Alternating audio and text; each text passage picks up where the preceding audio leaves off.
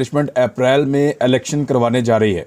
इमरान खान साहब का ये कहने का मकसद क्या है और इसके पीछे की कहानी क्या है, ये मैं आपको इस वीलॉग में बताता हूँ। लेकिन ज़रा पहले मुकम्मल तौर पे देख लेते हैं। सहाफ़ियों से बातचीत की है इमरान खान साहब ने। उन्होंने कहा कि मेरा एस्टेब्लिशमेंट से कोई रब्ता नहीं है, और ये बात बिल्कुल ठीक है कि इमरान खान साहब का एस्टेब्लिशमेंट से किसी किस्म का कोई रब्ता नहीं है, और उन्होंने कोशिश भी नहीं की। दूसरी जानिब एस्टेब्लिशमेंट में एक तब्दीली के बाद चंद पैगामात के अलावा कोई कोशिश हुई भी नहीं। और इमरान खान साहब ये कह रहे हैं कि एस्टेब्लिशमेंट में जब एक बड़ी तब्दीली आई है तो वो एस्टेब्लिशमेंट को मौका भी देना चाहते हैं कि पिछले 7 महीने में पाकिस्तान में जो कुछ हुआ वो अब होने से रुक जाए। हालांकि आज़म सवाती वाला मामला जो है वो बहुत डिस्टर्ब करने वाला मामला है, लेकिन इसके बावजूद इमरान खान साहब काफ़ी होल्ड कर रहे हैं और अपने कारकुनों को भी कह रहे हैं कि बिल्कुल एस्टेब्लिशमेंट को मौका मिलना चाहिए और एक फेयर चांस होना चाहिए, ताकि जो पुरानी और गलत पॉलिसीज़ हैं उनमें से वो बाहर निकलें। अच्छा, इसमें उन्होंने कहा एस्टेब्लिशमेंट अप्रैल में इलेक्शन कराने जा रही है। उन्होंने कहा ये लगता है मुझे, उन्होंने कहा जब 2 असम्बलियाँ टूटेंगी तो इंतखाबात तो करवाना ही पड़ेंगे। उन्होंने कहा कि असम्बलियाँ तहलील होने के बाद इलेक्शन ताख़ीर का शिकार होते हैं तो हमें फिर भी फ़र्क नहीं पड़ता। हमने फौरी तौर पर असम्बलियाँ इसलिए तहलील नहीं की कि इत्तेहादियों को भी मनाना था, यानी फ़ौरन भी कर सकते थे। इमरान खान ने परवेज़ इलाही से मुताल्लिक़ सवाल पर कहा कि 11 जनवरी से पहले एतमाद का वोट लेंगे। हमें कोई शक नहीं कि परवेज़ इलाही असम्बलियाँ तोड़ देंगे। अच्छा खिलाड़ी वही होता है जो हर बॉल ना खेले। देखिए, परवेज़ इलाही साहब तो नहीं चाह रहे कि असम्बलियाँ टूटें।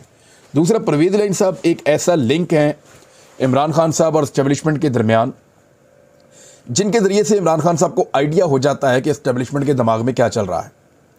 डायरेक्टली तो इमरान खान साहब की कोई बातचीत हो नहीं रही, और अब बातचीत कोई करेगा भी नहीं, और इमरान खान साहब खुद भी नहीं करेंगे। सूरत हाल आपके सामने है।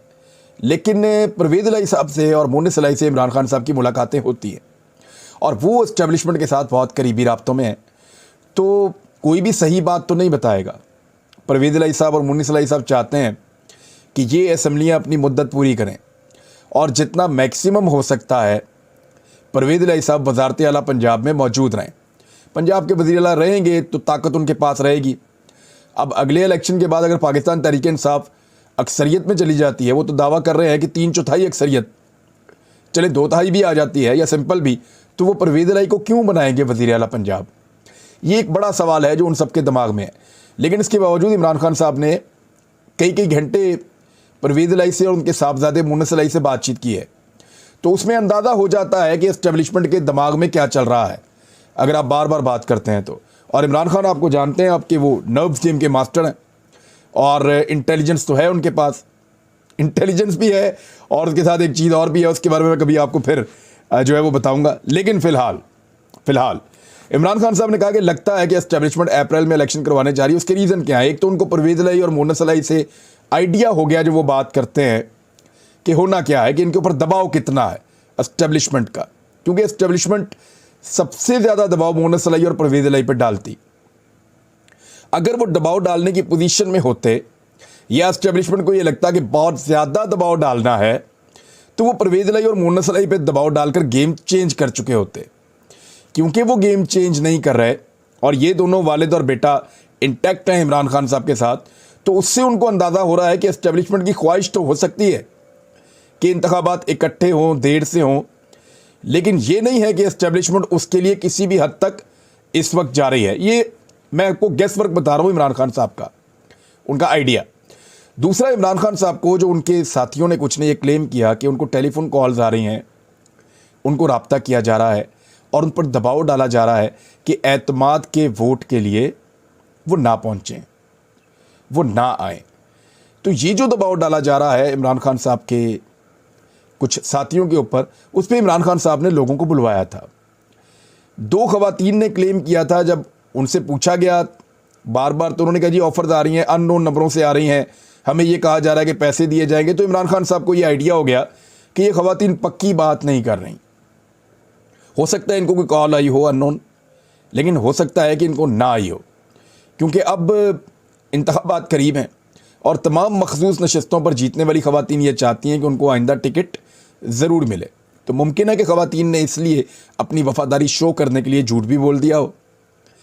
हाँ, मैंने पाकिस्तान तहरीक इंसाफ के एक बड़े करीबी रहनुमा से पूछा कि अगर तो टेलीफोन कॉल्स आ रही हैं और कुछ लोग क्लेम कर रहे हैं जनूबी पंजाब से आपके, तो कार्रवाई आप क्या कर रहे हैं? तो उन्होंने कहा जी, जब हमने उनसे डिटेल में बातें जानने की कोशिश की तो ये तो ज़रूर साबित हो रहा है कि उनको लालच के लिए कॉल्स आ रही हैं और जानने वाले लोगों के ज़रिए से करवाई जा रही हैं, लेकिन डराने और धमकाने वाली कॉल्स अभी तक कोई अपने पाँव पे खड़ा नहीं हुआ जो कह रहा हो कि डराने और धमकाने वाली कॉल्स आ रही हैं।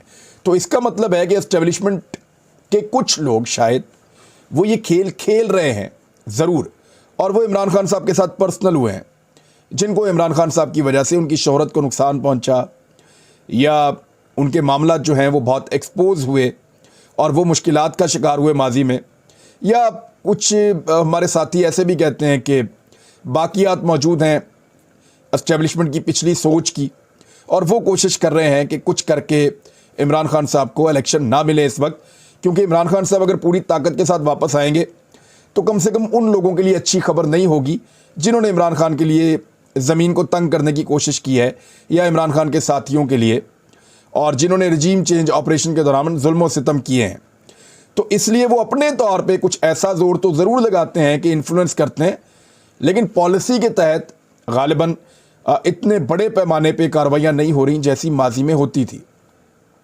हाँ, एक एपिसोड हुआ है और उसके बारे में बहुत ज़्यादा शुबा किया जा रहा है कि ये दुरुस्त है, और क्लेम किया जा रहा है कि मुबैना तौर पे जो चीफ सेक्रेटरी पंजाब के हैं उनके साथ अब्दुल्ला सुंबल साहब के साथ कुछ थोड़ा सा सख्ती की गई है, या उन्होंने ऐसे हालात देखे हैं जिसमें उनके ऊपर दबाव था। क्योंकि देखिए, चीफ सेक्रेटरी जो है वो बराह रास्त वज़ीर आला पंजाब के अंडर काम करता है। ऐसा मुमकिन नहीं है कि गवर्नर से डायरेक्ट ऑर्डर लेकर वो नोटिफाई कर दें कि जी वज़ीर आला फारिग हैं। ऐसा होता नहीं है, और ये इस तरह से हुआ है। अब इसके पीछे कहा जा रहा है कि कुछ ताकतवर लोगों का हाथ है, और पंजाब के बहुत ताकतवर आदमी के बारे में कहा जा रहा है कि वो इसमें इन्वॉल्व थे ज़ाती तौर पे। लेकिन क्या ये एस्टेब्लिशमेंट की पॉलिसी है? मैं फिर आपको कहूँगा कि साबिर शाकिर साहब की बात को फेंका नहीं जा सकता, और कुछ और तज्ज़ियाकार भी ये कह रहे हैं कि पिछली एस्टेब्लिशमेंट की कुछ बाकियात गालिबन उनसे सब्र नहीं हो पा रहा कि अगर इमरान खान साहब इलेक्शन के नतीजे में आ गए तो मुश्किलात पैदा हो जाएंगी मज़ीद, और गुस्सा भी है, रंजिश भी है।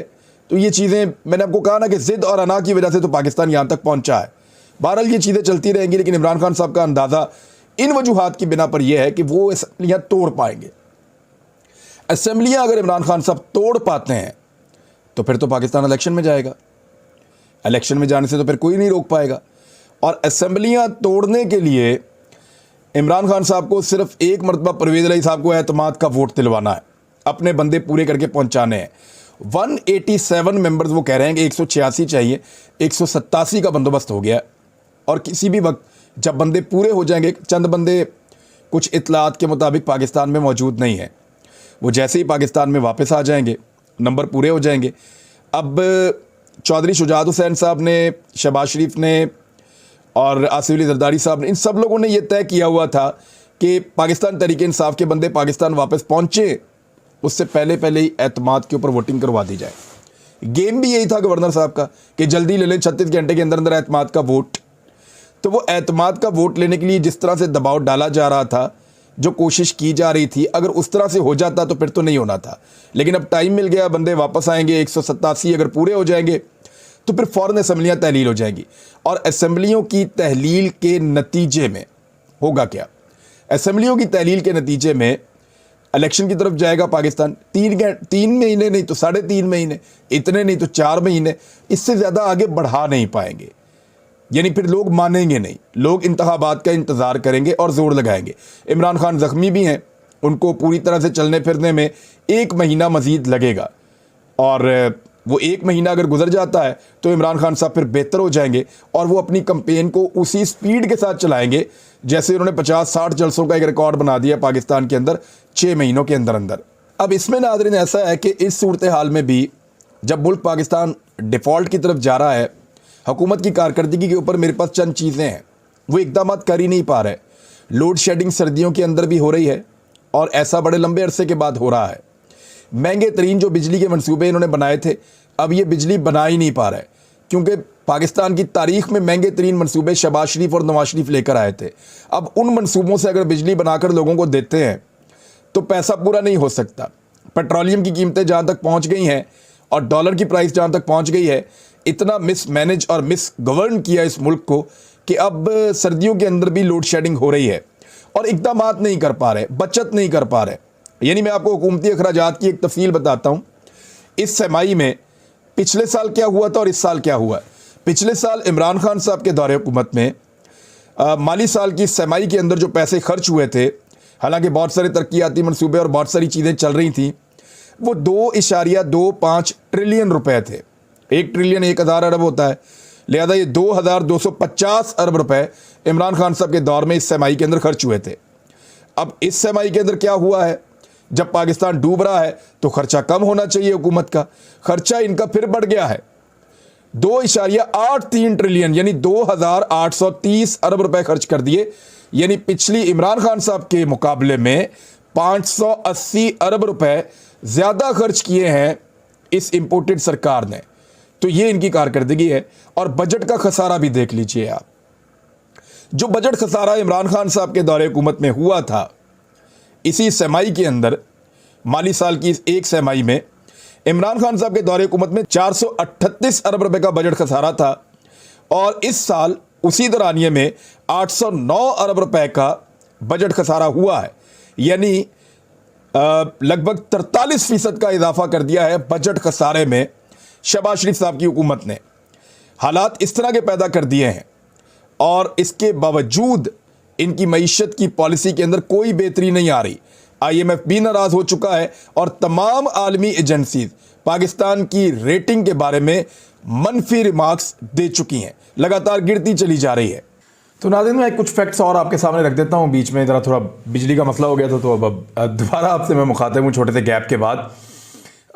आसिफ अली जरदारी साहब पंजाब में जोड़ तोड़ के लिए तो आए हैं, लेकिन उन्होंने सिंध का क्या हाल किया है। यानी यहाँ पे गैर ज़रूरी कामों में मसरूफ़ हैं, हॉर्स ट्रेडिंग के अंदर और ऐसी चीज़ों में।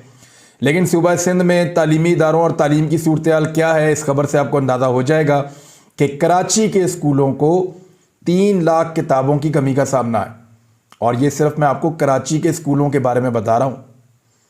सिंध में वैसे तो हालात आप ये देख लें कि जिस तरीके से शाहजेब का कत्ल हुआ, आज 10 साल मुकम्मल हो गए हैं उस बात को, शाहरुख जतोई नामी शख्स ने किया, और उसके बाद किस तरह कानून के साथ खिलवाड़ हुआ वो हम सब ने देखा। कैसे उस फैमिली को भी हरासा किया गया, उनके जानने वालों को भी हरासा किया गया, किस तरह सारी गवाहियाँ और किस तरह सारे शवाहिद ख़त्म किए गए, फिर किस तरीके से VVIP प्रोटोकॉल्स दिए गए और किस तरह फूलों की पत्तियाँ निछावर होती नहीं और विक्ट्री के निशान बनते रहे। ये सब कुछ हमने देखा है, अपनी आंखों से देखा है। तो उसी सिंध के अंदर जो है वो टेक्स्ट बुक बोर्ड के तहत सरकारी स्कूलों को मुफ्त किताबें फराहम करने का दावा तो किया गया था, लेकिन तालीमी इदारों में बदतरीन किल्लत का सामना पेश आ रहा है। कराची के स्कूलों में 3 लाख किताबें जो हैं वो कम पड़ गई हैं। 9वीं और 10वीं जमातों में ज़ेर तालीम सरकारी स्कूलों के तलबा को ये किताबें फराहम नहीं की जा रही। कराची की सतह के ऊपर बेशतर सरकारी स्कूलों में इन दरसी किताबों की ज़्यादा किल्लत है, तो सरकारी स्कूलों में किताबें दे नहीं पा रहे और यहाँ पे आ गए हैं सरकार को तब्दील कर दें। साथ ही साथ कराची में जो वारदातें हैं वो भी अपने उरूज के ऊपर है। इस वक्त जो हालात हैं वो मैं आपको बता देता हूँ। 2022 का अब तक का डाटा, और अब तक का डाटा क्या बता रहा है कि कराची में जो रजिस्टर्ड केसेस हैं उनके मुताबिक 473 अफराद को मुख्तलिफ वाक़यात में कत्ल कर दिया गया।